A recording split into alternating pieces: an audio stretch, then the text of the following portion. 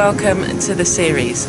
Today you're going to be learning about, and I'm going to show you how it looks as a small plant. So let's get started and get on with the tour. Hello and welcome to today's session. We are here at a plant that is just, I've never seen the leaves so big. Now this is Bourgainvillea. So whatever's happening in this corner is grown really well. So what I had initially had 2 sticks, and I planted one here and one there. We've got some broadleaf thyme there. I didn't realise how fast the broadleaf thyme was going to grow. Anyway, so I put it here just so that I could monitor it. This isn't where I wanted to grow the Bourgainvillea, so again I just put it here as a temporary measure. Forgot it, and it is just kind of growing really well. It really does love being in this position, but unfortunately it's got to move. Now I'm gonna have to move it fairly quickly and work on it, because there's something eating it, something eating the leaves. Just kind of, whether it's the slugs or, I'm not sure. But this is a pink flowered one. There is a white one, there's an orange one, and I'd love to get some other varieties. It has some very hard spikes. I don't know what's happened to these ones. Lower down, they're a lot sharper.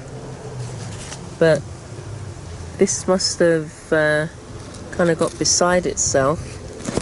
And because it's been growing really big, it's supposed to stop whatever it is from eating its leaves, and it's not been able to.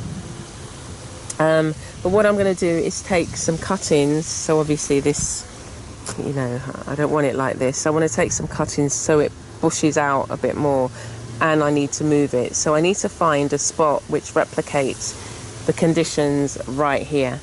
It doesn't get the morning sun, it gets the afternoon sun. So maybe there's a pointer, and it's quite wet here because we're on a slope. So a lot of the water settles here or gushes down here. I think I might have a video of the water gushing down this area, and so yeah, I've got to replicate it. But I'm gonna be able to get some really great cuttings from this plant to create. I want it to create a hedge. So yeah, so I'll be able to do that with the 2 plants I've got. And then once it's relocated, so this one, the leaves, some of the leaves have been eaten, but it's got this kind of pale colour in them. I can't see anything underneath to say that it's been eaten by anything. Maybe that's how the plant is, but I need to address the insects or whatever's eating it. Yeah, they really just kind of munched. Yeah, this one munched on the leaves, and I really like the flowers. So when I think about the colours that we have so far here in the garden, we've got the yellow orange of the bird of paradise, we've got purple grasses, we've got the yellow Mexican sunflower.